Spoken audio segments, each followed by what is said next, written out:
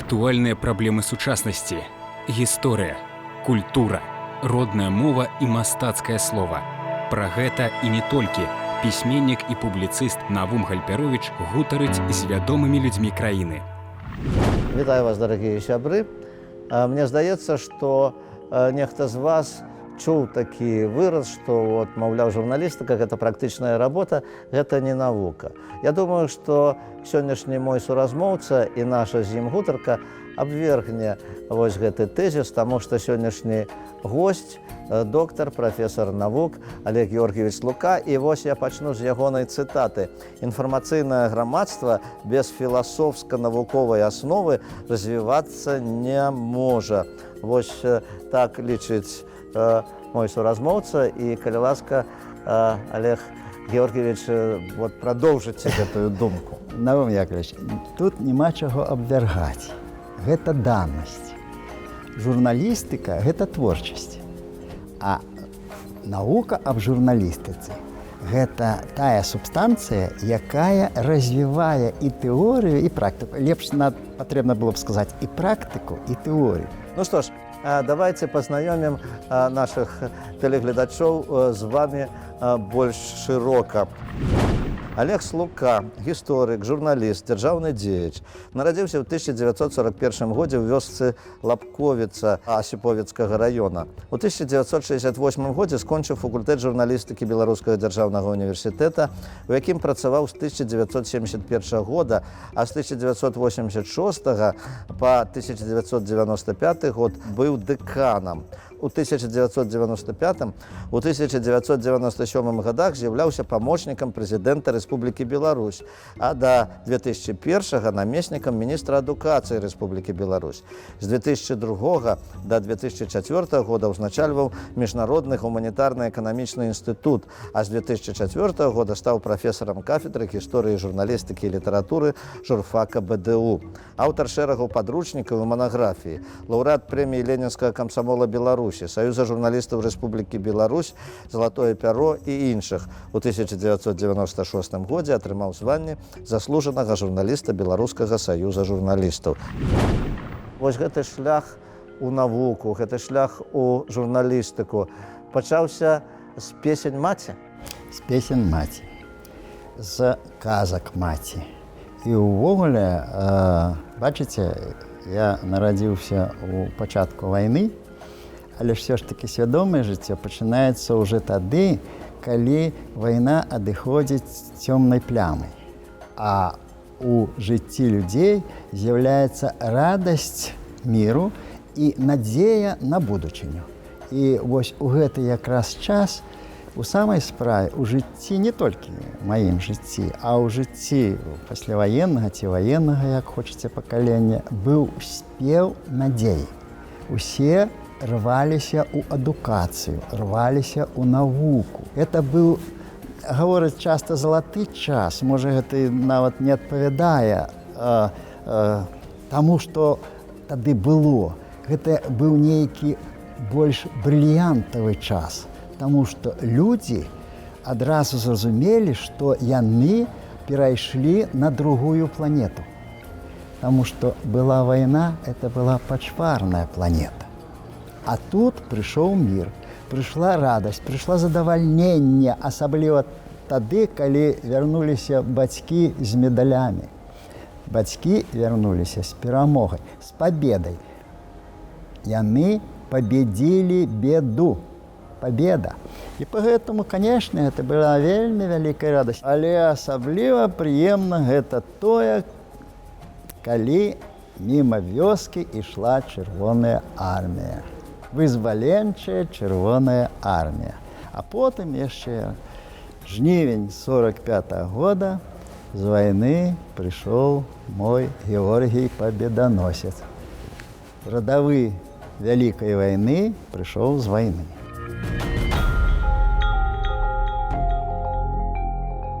Ваша цытата: «Публіцыстыка фарміруе ідэі, па якіх будзе развівацца грамадства». Яна прагназуе, што прафесійная журналістыка будзе запатрабавана заўсёды? Заўсёды. Справа ў тым, мы ўжо гаварылі, я яшчэ адну толькі фразу скажу, што журналістыка, як інфармацыйная платформа сучаснасці. Яна пранікае ўсюдны. Нават, мы з вами ўжо гаварылі, не толькі на нашай планеце, але і ў космосе. Некалькі фрагментаў.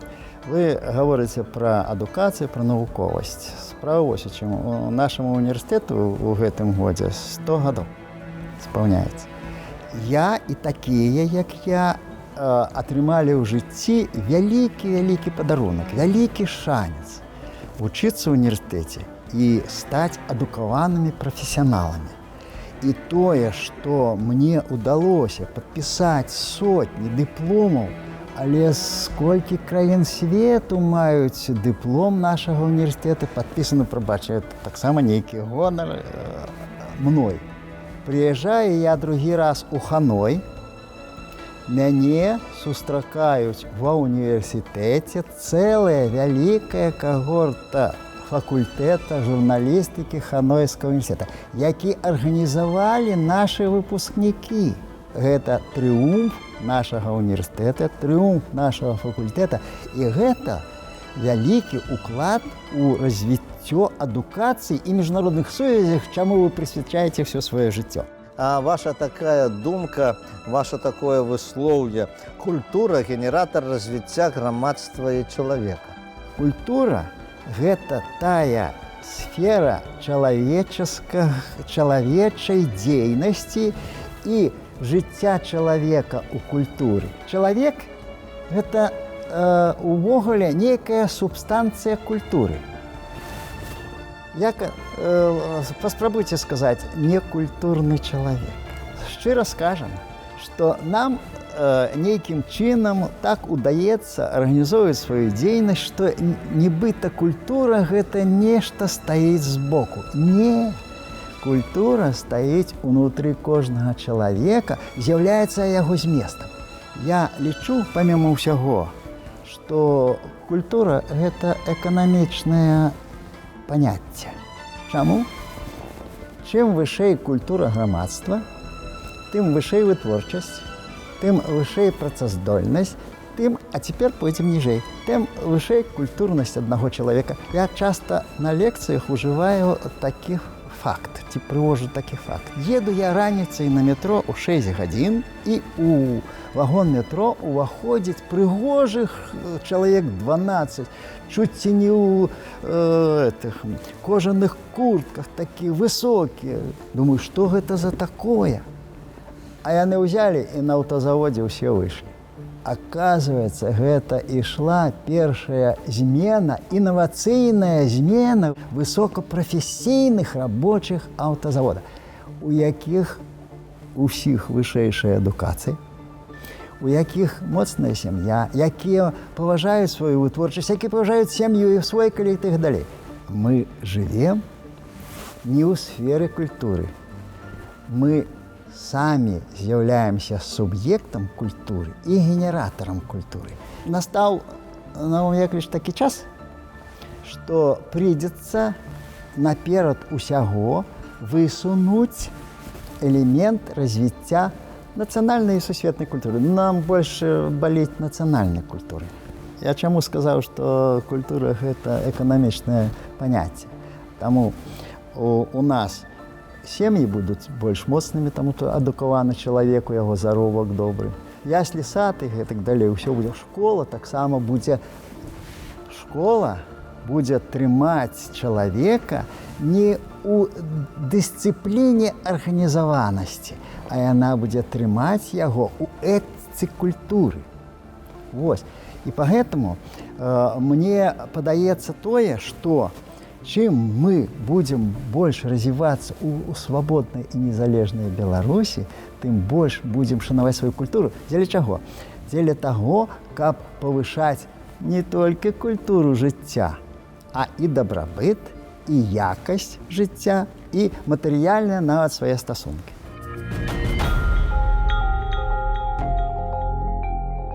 Калі мы рыхтаваліся да гэтай праграмы, я знайшоў вашы нататкі пра Евгенію Янішчыц, дзе вы сцвярджаеце, што Евгенія Янішчыц – народны паэт па сутнасці творчасці, па сутнасці стаўлення да жыцця. Яно так і ёсць. вялікі Купала недзе ў пачатку мінулага стагоддзя сказаў: «Я адслужыў народу, як моц моя магла, зваў з путаў на свабоду, зваў з цемры да святла». Ён фактычна нацыянальную ідэю арганізаваў ці сфармуляваў. Але бачыце, Купала зваў з цемры да святла. Ён ваяваў ці прызываў да свабоды. А Евгенія Янішчыц, яна ўжо ўсё гэта атрымала. І ведаеце што? Гэта быў спеў самага высокага паэтычнага гатунку. Яна пела пра маці. Яна пела пра сваю маці, але яна пела пра маці нашу, пра маці радзіму.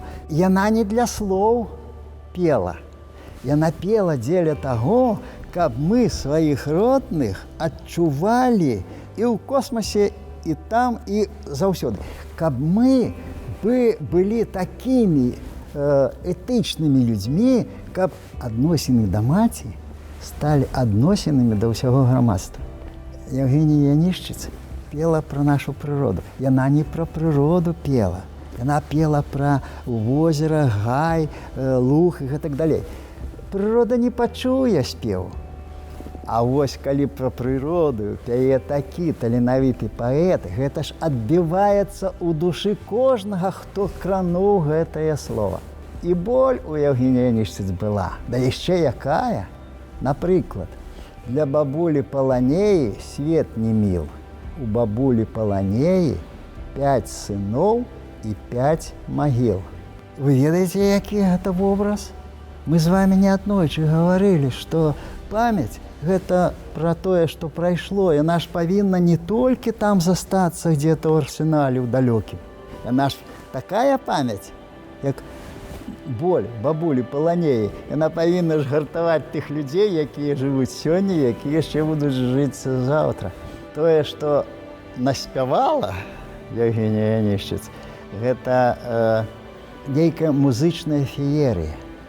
Яна вот час ідзе, а музыка гучыць. Час ідзе, а ўсё гэта хвалюе душу чалавека. Гэта быў вельмі цудоўны чалавек. Сёстры Кавалеўскія, і як яны заспяваюць, ведаеце, мне здаецца, тады на паркавай магістралі ўсе, хто выходзіў з дварца спорту, яны сцішалі хаду. Таму што пелі не толькі дзяўчаты. Вот гэта пела Беларусь.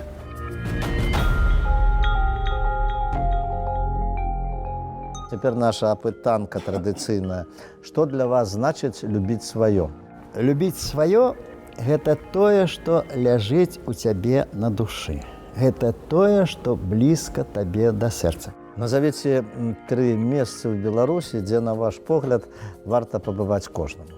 Брэсцкая крэпасць, раз. Нясвіж мір, прашу прабачэння. І ў Полацку. Калі б у вас раптам была такая магчымасць, з кім бы з гістарычных асоб вы б хацелі сустрэцца і пагаварыць? Найперш я прашу прабачэння, але са Скарыной. У першую чаргу я б пагаварыў. А потым я б з Пушкіным сустрэўся. Я зімой зноў чытаў Евгеніяні. Ну, можа б я адгаварыў яго ад дуэль. Ну, дай Бог, можа быць і так. І быў бы Пушкін, доўга жыў бы. А што зараз вы чытаеце і што б вы раілі пачытаць нашым тэлегледачам? Я больш чытаю навуковую літаратуру. Мяне вельмі цікавяць цяпер ідэалагічныя праблемы развіцця сусвету. І я вельмі уважліва гляджу за тым, як цяпер адыходзіць ідэалогія глобалізма і як прыходзяць другія цікавыя ідэалогіі развіцця чалавецтва сёння. Ну што ж, дзякуй вялікі. Я думаю, што мы яшчэ сустрэнемся на нашых праграмах, на нашых перадачах. І я жадаю плёну і поспехаў у вашай справе. А нашым тэлегледачам нагадаю, што сённяшнім госцем маёй праграмы быў прафесар, доктар навук, вядомы у Беларусі чалавек Олег Георгіевич Слука. Усяго найлепшага, да пабачэння. Сустрэнемся праз тыдзень.